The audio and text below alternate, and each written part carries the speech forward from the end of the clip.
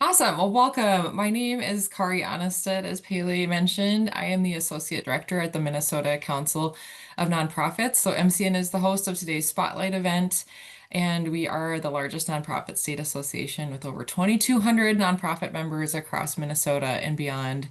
As Pele lifted up for nearly 40 years, we've been working to ensure that nonprofit organizations like you all have the resources that you need to succeed in your charitable mission. So whether that's training and information like what you're receiving today, or connections to other groups like those, the folks in the room, or a supportive environment for your work through things like advocacy, lobbying, public education, and more. We want to make sure you have what you need. So we're so glad that you're joining us for today's event, and I am thrilled to be joined by, I'm a little starstruck, the Assistant Attorney General, Heather Caulkins from the Minnesota Attorney General's office. I'll turn it over to Heather uh, to introduce yourself. Yes, thank you. My name is Heather Caulkins. I'm an Assistant Attorney General in the Attorney General's office. I work in the Charities division. So we work with charities compliance and regulation. I am so glad to see so many members of the nonprofit world here today to answer questions, to give information about registration, because the whole goal is to let nonprofits do their best work and to have transparency for Minnesotans. So glad to see you here today, and hopefully we can answer some of those registration questions for you today. Awesome. Thank you, Heather. All right, before we jump into the content, we thought it'd be helpful to do just a little bit of more context setting. So the whole purpose of today's spotlight is to help nonprofits understand what it takes to maintain a successful and strong nonprofit organization. We thought this was a particularly important moment given we've been under some increased scrutiny lately. There was a pretty high profile case of fraud in Minnesota, and then lots of kind of media attention around that, subsequent kind of legislative pursuits of how we reform state grant making and kind of bring new scrutiny to nonprofit organizations. So all of this is under the guise of we want to make sure that the public trusts us and we're able to have the resources we need. So public trust in our work has historically been very high, higher than any other sector, really, but it's been fluctuating lately. Because of our tax exemption, we are held to a higher standard than other organizations who don't have that tax exemption. And ultimately, registration and reporting requirements are the things that help keep us accountable, transparent, and honest. So the Minnesota Attorney General's office is one key partner that really helps us make sure that we're being accountable and trustworthy to the public. It helps sustain donor trust in our work to help make sure that those charitable donations keep flowing to our organizations.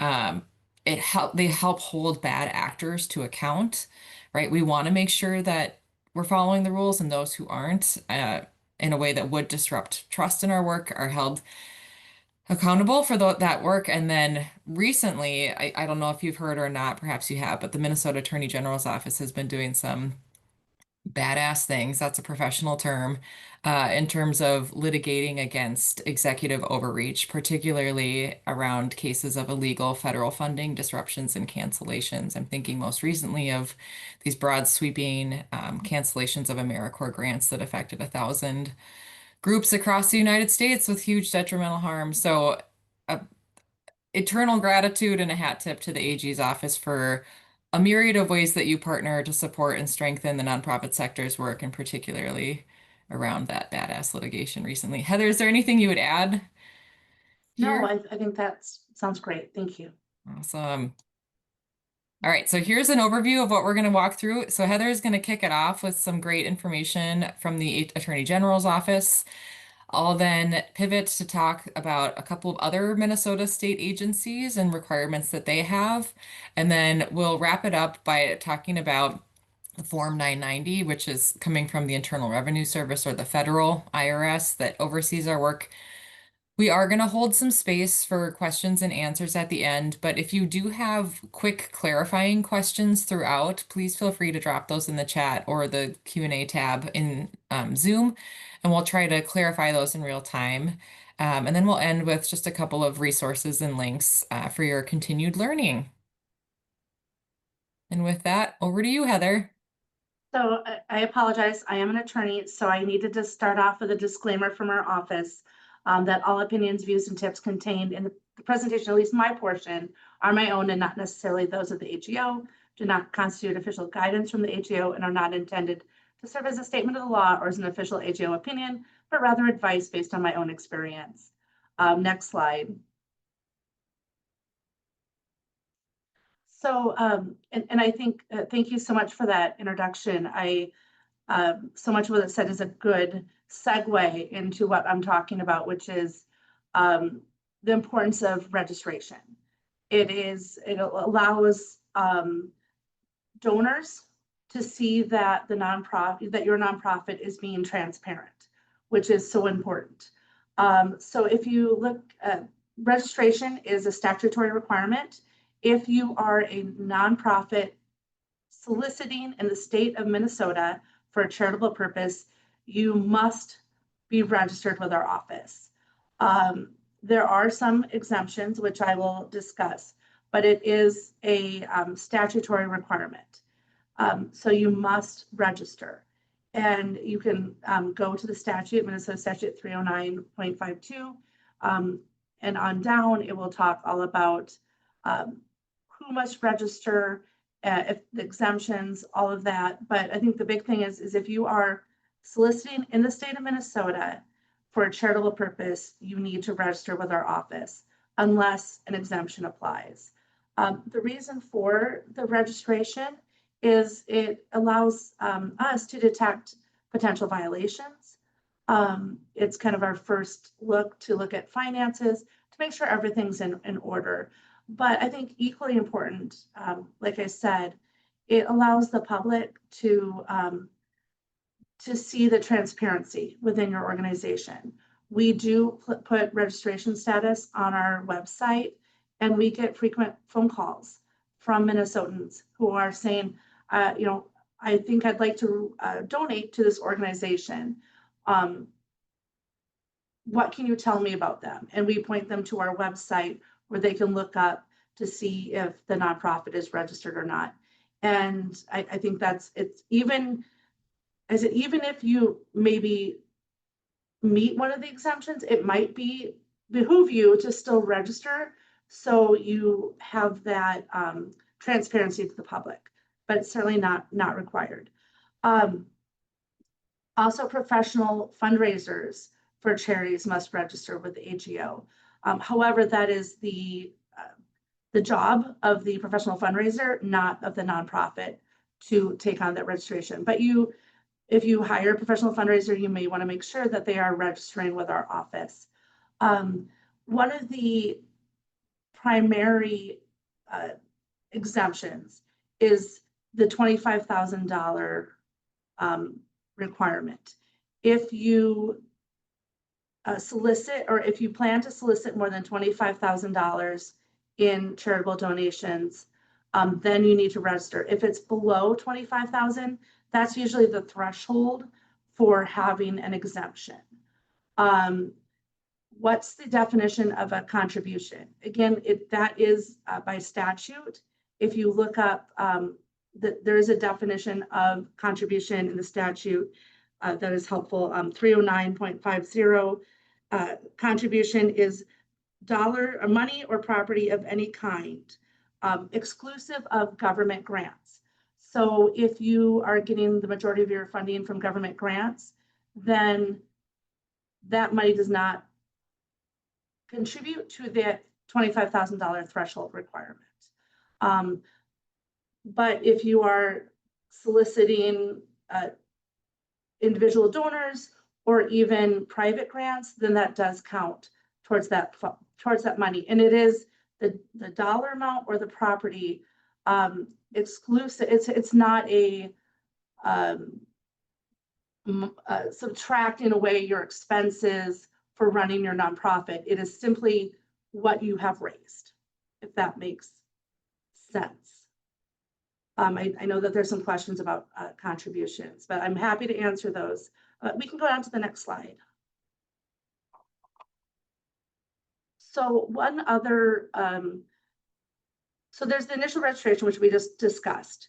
And I think it is really important to know that our forms on our website are very clear and I think self-explanatory if you read through the initial registration paperwork, but that it doesn't end there. You have to then file annual reports with our office every year going forward. And the annual report form again is on our website, but one of the requirements above and beyond the annual report is that if your organization has total revenue of more than $750,000, then your annual report must include an audit prepared in accordance with generally accepted accounting principles by an independent CPA or LPA. And that is separate from the IRS requirements. So we are a separate entity from the Secretary of State, from the IRS. So filing something with the IRS, it does not equate filing the independent audit with our office. But that is, keep that in mind, depending on how much revenue your organization is bringing in, the need to file with us an independent financial audit. Okay, next slide, please. And can we go back one? Sorry. One more. So I'm sorry, well, something got skipped. That's all right. We do, so some common registration issues that we see arise is if you have failed to file your annual report, you may not continue to solicit until you are in compliance, until you have filed that annual report and are registered with our office. So one of the issues is continuing to solicit even if you are not currently registered with our office. Oftentimes we get organizations asking our office to waive statutory requirements. Like waiving the need to register or waiving, one common thing that happens is, let's say you registered in 2020, but failed to file your annual report for 2021, 2022, and 2023, and then 2024 realized that you missed 3 years of annual reports and now are trying to come into compliance. What we're asked then, can I just file my most recent annual report for this year? Can you waive the need to file the missing 3 years of annual reports? We cannot. It is a statutory requirement that you need to file annual reports for every year from the date that you initially register with our office. That is not something that we can waive because it is by statute. Another registration issue that we see in our office is in the registration form. It needs to have 2 signatures. 2 officers need to sign.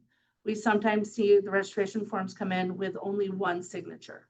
You need the 2 signatures, otherwise the registration is deficient. Also, a list of board members. There's a statutory requirement that every nonprofit needs to have at least 3 board members. So again, just providing the list with the annual report allows us to make sure that every governance requirement is being met. So, but occasionally that list of board members is not coming in with the registration materials. So please, that's something to make sure to include. Also, if there's a need to timely file, or you can request an extension. And again, we are a separate agency from the IRS. So informing the IRS that you need an extension to file your 990s does not equate asking the AGO for an extension. You need to ask both, you need to ask whatever entity it is that you're currently needing to file with for that extension. So if you need an extension, you just need to ask. Also, there is a financial information section, and that sometimes gets left blank on our form. So just to make sure that you are filling out every form Okay, next slide, please. Yes, okay. So our annual report, it has changed, I think, in the last year. And we now are also asking for financial institution, for the nonprofit's financial institution information, like where you bank. That is on both the initial registration and the annual report form. Sometimes that information is missing, especially if you have been filing annual reports for a while, you might not realize that there's that new information piece needed. So that is something to make sure that you're including in your registration. It is our office's goal that nonprofits register if you're required to. So we are here to help. We're not here to catch anyone. We want organizations to be registered. Again, that is in the best interest of Minnesotans, and it helps our office do our job. If you have registration questions, we put here we have a registrar who is more than happy to answer any questions. You can email her, the email address is up, or you can call and ask any of your registration questions. I can't stress enough our website, the Attorney General's website. If you go into the charity drop-down menu, we not only have pamphlets and publications that talk about registration, but our registration form is extraordinarily helpful. There is a what to file checklist that if you go through that checklist, you should have everything you need to fill out the form. So that'll be help. Just take your time, go through the form. That should really help you. And I think I saw a question, if it's okay for me to address it. If you are registered as a foreign entity, does this all still apply? It does not. What matters is, are you soliciting in the state of Minnesota? So if you are registered as a nonprofit in Michigan, but you are sending mailers into Minnesota, if you are making phone calls into Minnesota, if you are soliciting from Minnesotans, then yes, you need to register with our office. I hope that helps. It all depends on where and who you are soliciting. Hope that helps answer the question. Does fundraising another question, does fundraising monies as percent of sales fall under solicitation contribution? Yes, any fundraising is solicitation contribution.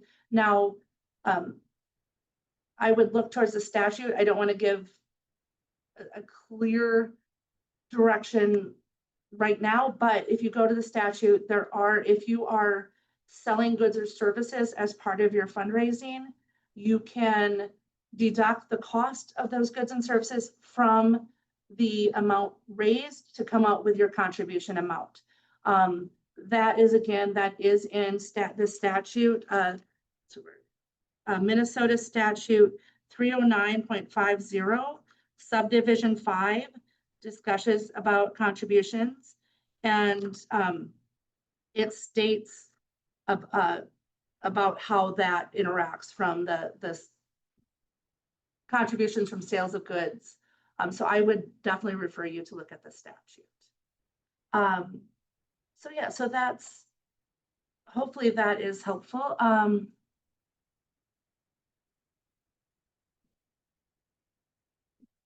Okay, so is there the next slide, please?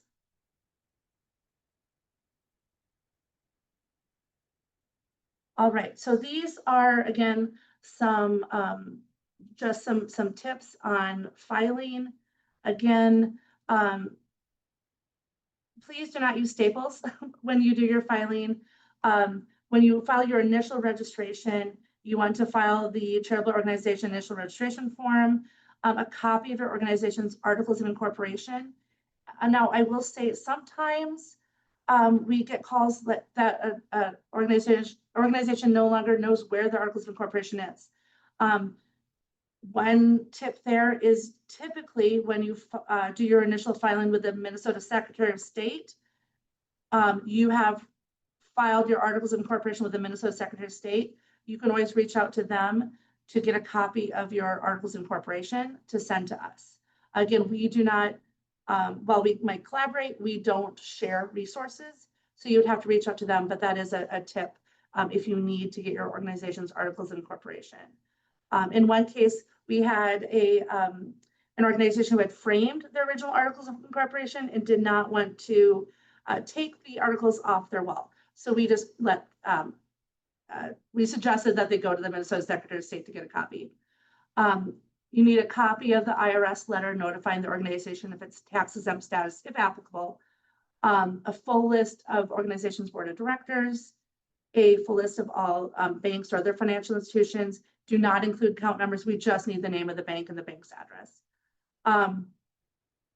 IRS Form 990 or 990EZ, whatever it is that's being filed, and then a $25 registration fee. Okay, next slide. But again, all of that is on the website. I won't spend a lot of time talking about professional fundraisers, but just to say that all professional fundraisers must register with the Attorney General's office. A professional fundraiser is any person who, for compensation or profit, performs for a charitable organization any service in connection with which contributions are or will be solicited. But again, that is the professional fundraiser's job to be registered. But as a nonprofit, you might just want to, if you're vetting professional fundraisers, you may want to just make sure that they are registered with our office. And the professional fundraiser must file with our office before they start a campaign, a copy of their contract with each charity that they are raising funds for. Okay, next slide, please.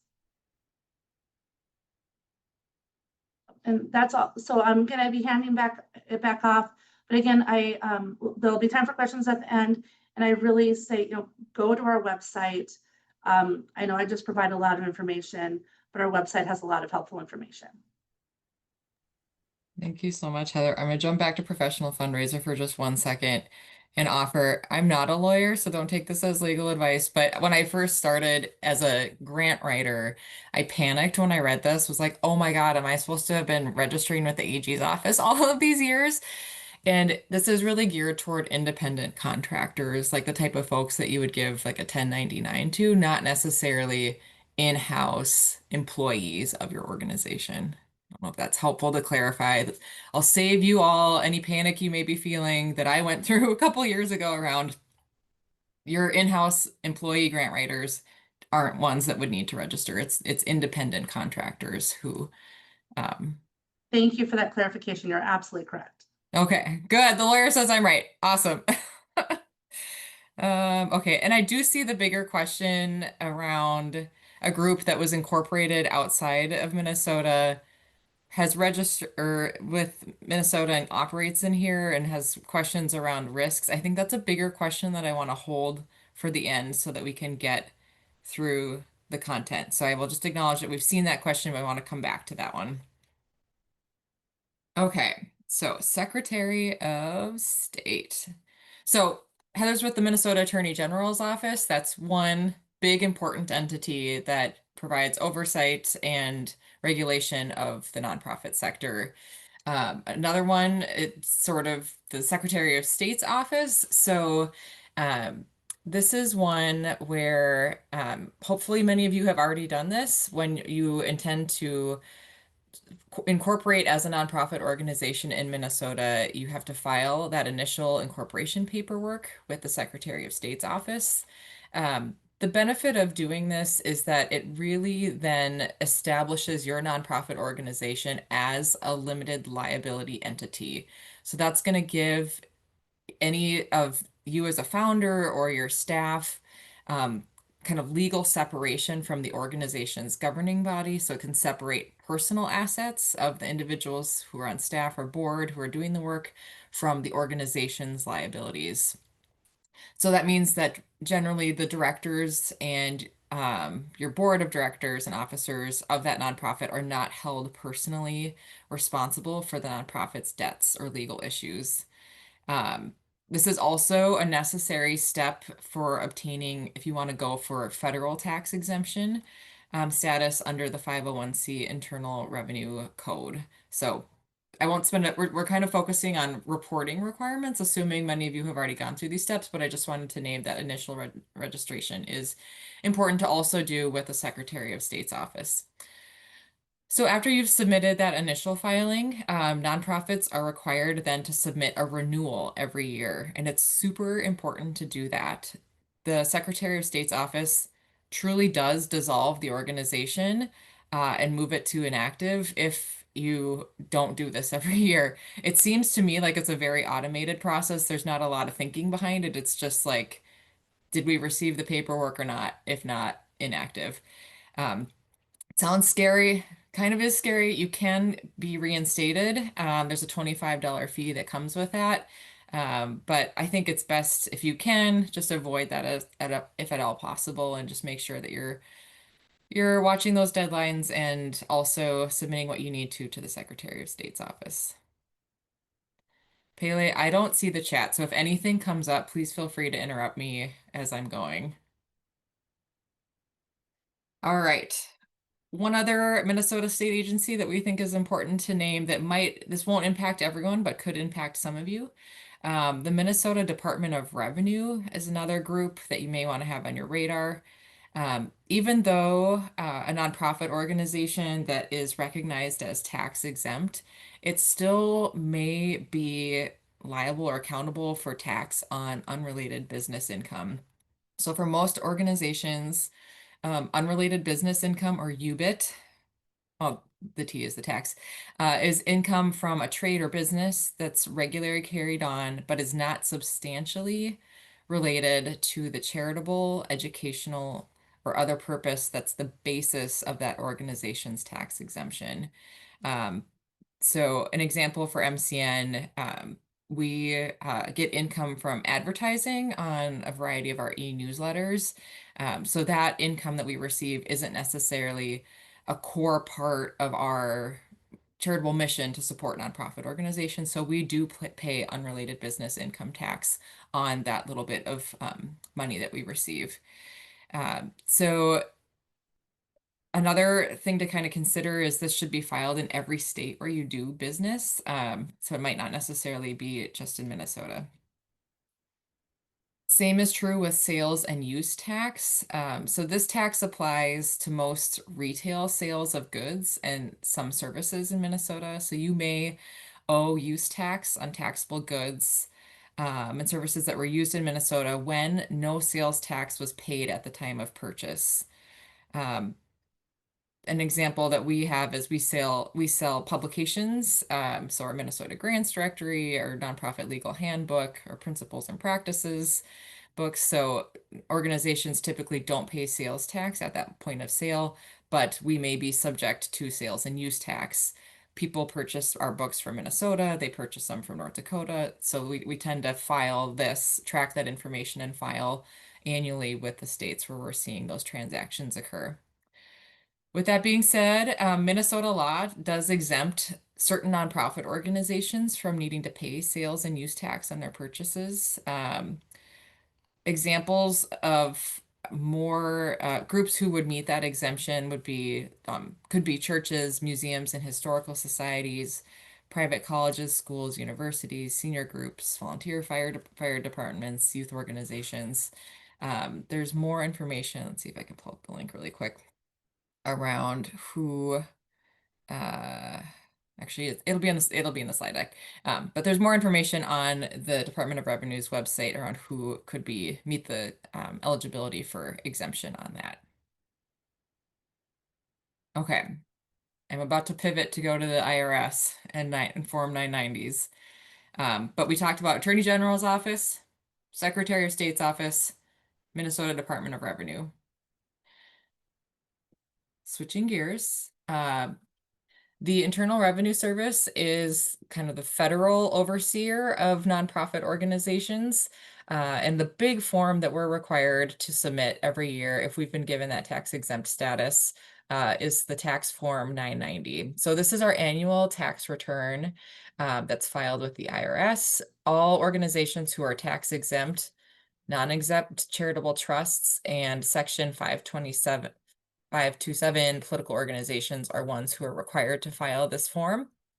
And as Heather mentioned, if you are also required to file with the Minnesota Attorney General's office, you would also submit this Form 990 to them. Again, just because I'll echo, understate what Heather said, that if you submit your 990 to the IRS, the IRS doesn't necessarily talk to the Attorney General's office, so you do need to submit them to both places separately.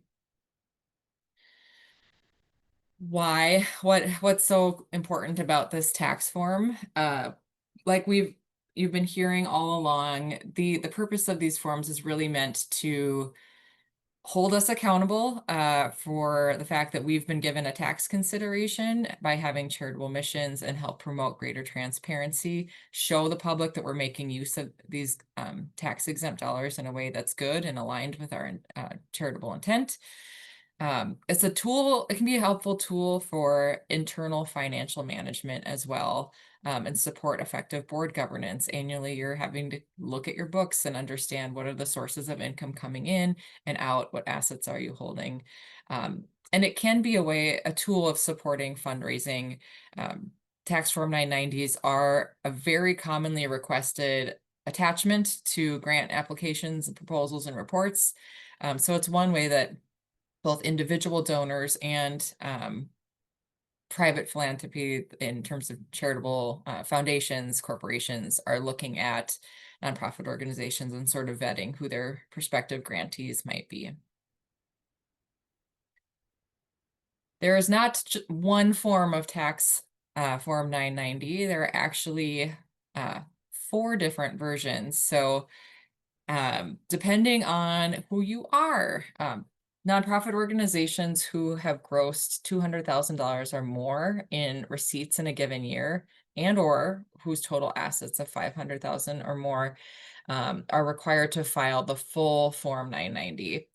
If you are a smaller organization, so meaning the IRS defines that as groups who have grossed less than 200,000, but more than 50,000 in total receipts, you can file the Form 990EZ, which is a little bit shorter. And then the shortest form is the 990N, or they also call it the e-postcard.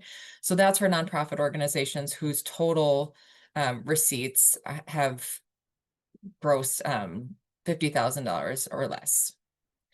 And then if you're a private foundation, there's a completely different form called the 990PF for organizations that have that designation and are primarily involved in grant making out.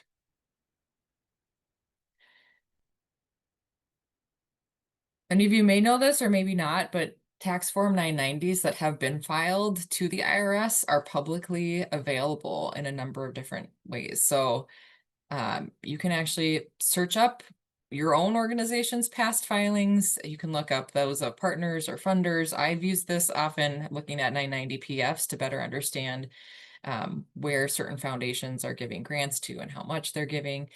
So the IRS does make these available. There's a search function where you can look up and see past filings. ProPublica is a really great website. It's free. They have an interface that sort of pulls key facts from 990, so you don't necessarily have to go into the full form. You can kind of get a preview before you go that far. Candid, formerly GuideStar, is another organization. You do have to have an account. I think you can have so many 990 searches for free until you hit a certain threshold. And then nonprofit organizations can choose to make them available for the past 3 years. That's generally considered a best practice. And then you do have to make them available to the public upon request. So if somebody were to ask you for it and it's not already public, you do have to provide it to them. If you're curious, MCNs are available on our website. All right, so I didn't want to go super in the weeds around tax form 990s, but I did want to just show like a brief highest level overview if you're required to fill out that full form 990. So that those are the organizations that yeah, are required to fill out the full form. So what's nice is the schedules follow the alphabet somewhat. And then within each schedule, there's sort of different parts that follow Roman numerals. So it's kind of structured in that way. But it's really helping organizations look at the public charity status and public support tests. So that's a percentage calculation of all of the revenue coming to your organization, how much of it is coming from private sources, so charitable donations and grants versus government. And that's a way of ensuring that you pass the public support test if you have more private support as opposed to being entirely government funded, which would, yeah, I won't get into the weeds around that. B is schedule of contributors, so who's donating to your organization. If you are involved in a political campaign or having to track your lobbying activities, that would show up on Schedule C. Supplemental financial statements would be on Schedule D. If you're interested in donor advised funds, that's where a lot of interesting information can be found there. If you're looking up the 990 of like a community foundation, etc. So there's a whole, I won't go through them all, but a whole list of different schedules, and really can be a comprehensive view of a nonprofit organization's activities in the past year. So what happens if you fail to file your IRS tax form 990? There is an opportunity to request an extension, so that you would need to file Form 8868. In doing so, it would provide an automatic 6 months extension for you to be able to file that return. There are some penalties if you either don't file for that extension or the 6 month period passes and suddenly you still haven't filed. The penalties are kind of aligned with organization size. So for organizations who have $1.2 million in annual receipts or below, so 1.2 million is sort of that threshold, the penalty can be $20 a day for every day that it's late, up to $12,000 or 5% of the organization's gross annual receipts, whichever is the lesser amount. And then if you're larger than $1.2 million annually, the penalty goes up to $120 a day or up to $60,000. So pretty steep penalties. They take it pretty seriously. If an organization fails to file their 990 for 3 consecutive years, the IRS will automatically revoke your tax exempt status. That is a pretty big nightmare if it does happen. You can, and again, like the Secretary of State's office, there is recourse for getting reinstated, but it's even more complicated of a process if it comes with the IRS. Back in the COVID days, there was a glitch where people were sending in their 990s, but IRS staff were working remotely. And so their own processes around inputting and kind of processing 990 tax forms was delayed, but they had automatic systems in place that were because the data hadn't been input into their system recognized some groups as having failed to file for 3 consecutive years, and there was sort of a wave of automatic revocations of tax exempt status. So it was an issue that MCN worked on, and it got some national traction as well. But hopefully that doesn't happen, but it's something that we've definitely been keeping our eye on with recent staffing cuts to the IRS, and knowing that they are not working at their full capacity right now. So that is a very fast and quick overview of what goes into a tax form 990. We wanted to make sure that we held a lot of time and space for any questions and discussion that you may have. This was a lot of content thrown at you in a very short amount of time. So with that, I'm going to pause and check in. Oh, and I can jump in to respond to the one question, but first before we get to questions, I wanted to bring up, I saw from a lot of the introductions, a lot of people saying, I'm new to this role, I'm new to this organization, new to nonprofits. want to make sure that I'm keeping up with my compliance. I think that's wonderful that you're here today and attending this seminar. That's one, I think, one helpful thing I can say is, especially if you're in an organization that has a lot of frequent board turnover. Two examples I have are PTOs and like student or sports organization, where uh, people are part of the board for a short period of time, and then they new people come in. Whenever there's frequent turnover on a board, for whatever reason, there can be a loss of institutional knowledge, especially when it comes to these registration issues. The initial board initially registered with the AGO and filed several years worth of annual reports, but failed to let the incoming board know, or the new board president know, that they needed to continue to file annual reports. So, and that can get nonprofits into a tricky situation.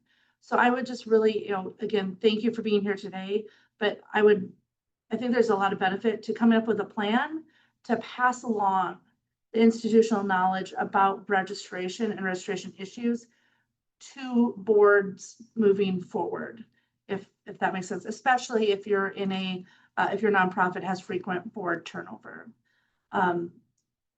Anything to add to that? I think that's great. I will put a plug in for MCN has a publication that you can either purchase as a hard copy, or the content is available for free online, called Principles and Practices. It's an exploration of, I think, the 13 top principles that guide strong nonprofit governance and management. And then there's 72 underlying practices that support those higher level principles. Um, there are little like gavels next to the practices that are legally required, so you can help differentiate between what is sort of just a recommendation based on a brilliant committee of nonprofit leaders that kind of came together to write this a number of years ago, and what's an actual legal requirement. And so that has often been used as a tool for nonprofit organizations, regardless of size and your composition. But I've heard that it's particularly helpful for PTA, like the smaller nonprofit organizations who you're a volunteer board member with a primarily corporate background. You don't know Minnesota chapter 317 and 309, right? Like you don't know some of these rules. And so that's meant to be an abbreviated resource to really help you understand both law and best practices. Absolutely, thank you. I see there's a new question, but I'll pop up to the question that I ignored from earlier, and thank you. Didn't mean to ignore it, but it was a bigger question that I needed to actually process for a few minutes. The question from the chat earlier was, my company is incorporated as a nonprofit in another state, but moved to Minnesota many years ago. We do file with the Minnesota Attorney General every year and Minnesota Secretary of State. Are there risks in continuing to operate in this way, or risk reasons we should incorporate in Minnesota and dissolve our out-of-state incorporation? I will say that verges on legal advice. So if there is a question you might want to ask legal counsel, specifically what I will say is, if you are soliciting in Minnesota, you need to be registered with the AGO's office in Minnesota, which it sounds like you've done. The only other broader ramifications I can think about is being incorporated in the state of Minnesota with the Minnesota Secretary of State as a 317A Minnesota nonprofit comes with statutory requirements of Minnesota 317A. So that is something to consider just in terms of corporate governance of your nonprofit. That covers Minnesota nonprofits incorporated in Minnesota as compared to nonprofits incorporated in another state, but soliciting in Minnesota. I apologize if that got too particular, but beyond that, you may need to seek your own legal counsel to give you a specific answer to that question. But I hope that broadly helped. I completely agree. That's a great question for a lawyer. The other thing that I would flag, in addition to sort of the oversight, and annual reporting requirements as an entity operating in Minnesota, there's also employment law considerations that you might want to think through. So if you're headquartered in Minnesota, if you're employing people who are based in Minnesota, you are subject to the state and local employment laws related to those organizations. And the same is true with if you have remote employees that are primarily based in other states. Every state employment law varies, so you have to kind of take it in a state by state case. But this question came up a lot during the pandemic when we had many organizations had staff who were working remotely from across the nation and world in some cases, and organizations maybe didn't realize that over half the states have a day one residency requirement, where if the person works from that state for even one day, technically they're supposed to be paying into the state's employment income taxes. So it's a whole other can of worms, but I'll just name that that's also something that you might want to think through and consider when you talk to a lawyer who has a lot more expertise than I do on that.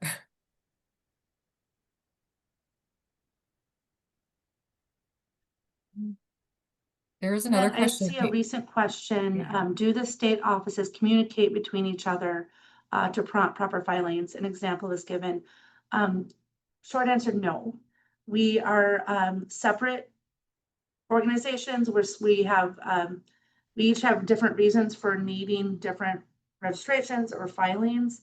So filing with the Minnesota Secretary of State we do not share, does not equate registering with us, or registering the Minnesota Gambling Board, getting licensure does not equate registering with our office. We are separate. We are separate governmental agencies. We filings that happen with the gambling board or with the SOS or even with the IRS are done for separate reasons from filings with our office. So we do not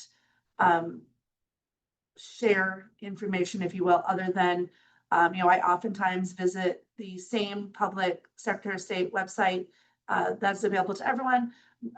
Whenever I am interested in learning more about a nonprofit, I look them up and see if they are like a Minnesota 317A.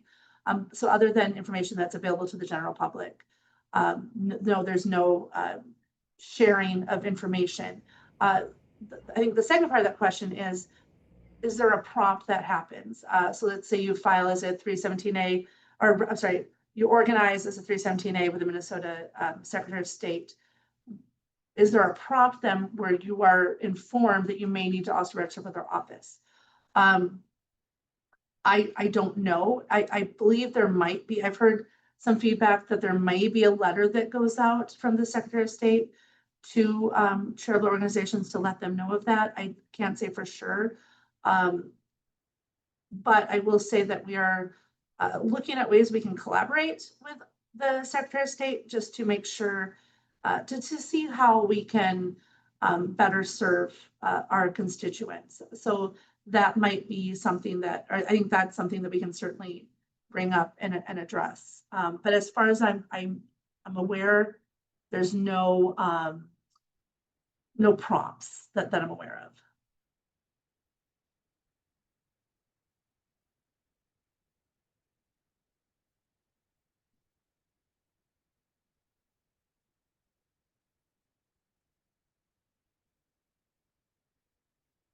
So I don't see any more questions in the chat, although I certainly may have missed something, but I guess feel free to put another question in the chat or to ask a question directly.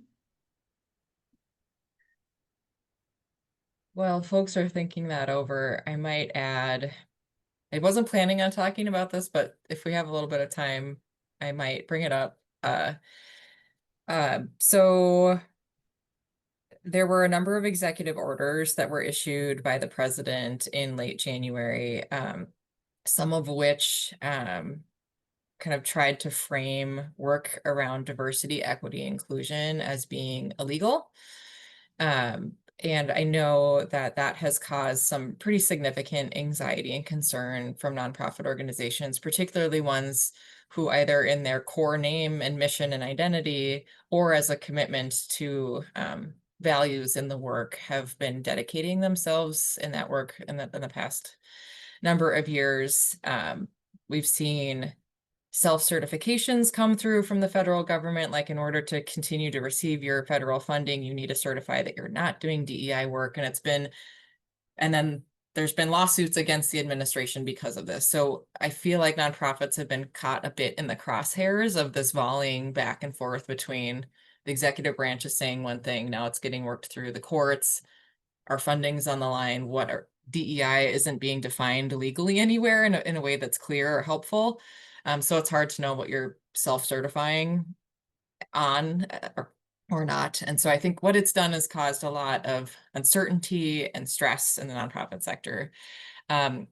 What I've heard from our own state attorney general's office, and I don't want to speak for you, but I found this to be a very helpful reminder when I heard some folks from the office share this, that it was a reminder that they are the overseers of making sure that nonprofits who have been given a tax exempt status for a certain mission are following through on that mission. And if you've been given charitable dollars that come with some sort of programmatic restriction that's meant to be used for a certain purpose, that you have to follow through on that ultimately. And so it's a little bit of a rock and a hard place of like the federal government, aspects of the federal government are coming down hard on DEI, and yet we have our state that is saying you have to honor your charitable mission and your purpose and the restrictions around charitable dollars that have been given to your organization. I don't intend to like share that as a threat, but actually also inspiration that like we should honor that intent, and we stand behind you in doing so for whatever that's worth. I don't know, maybe I just opened a whole can of worms, but it's still getting worked out through the courts. It is not illegal right now. Um, Happy to have a further conversation about that offline if anyone's interested, but I thought I would just name that that's also been a component when we're considering what is compliance, and it seems to be this moving target right now. There is a lot of uncertainty, but a reminder and an encouragement that, yeah, we are accountable to our missions and our donor intent. Yes, agreed.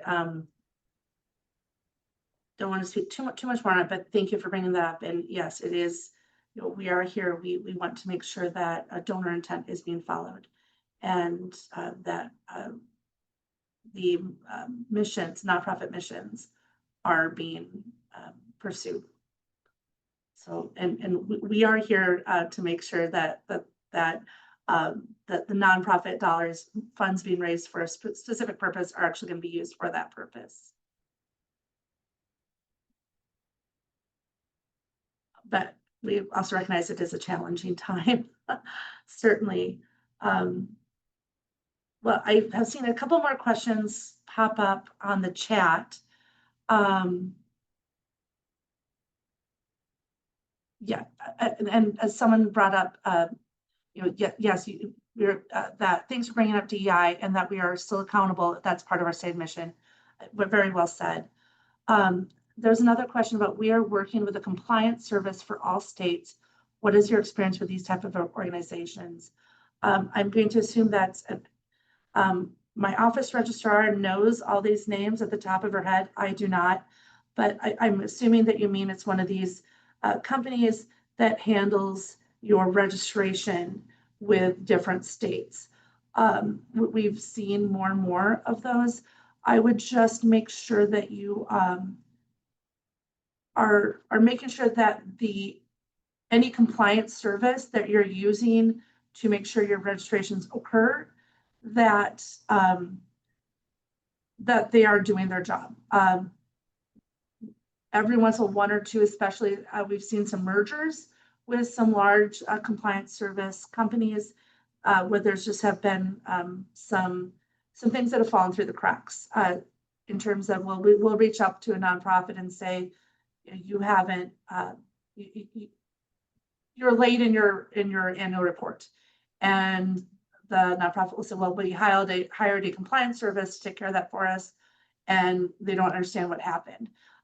Again, certainly not every compliance service, but as several large services have combined, there have been some difficulties in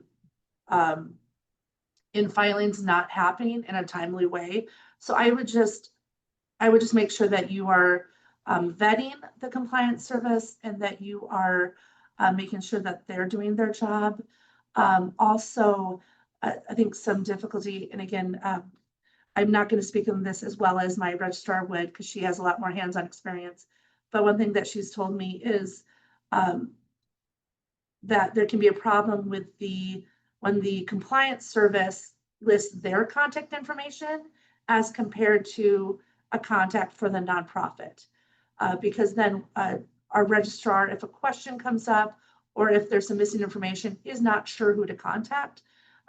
Contact the compliance service who might not have the immediate information or someone directly from the nonprofit. So I would just, again, just be making sure that you've thought about that, who should be the contact person on the form, making sure that contact information is well set out to the person you're registering with. So there's clear communication going forward, and just vet the compliance service correctly. I hope that was the question being asked, and I hope that is helpful.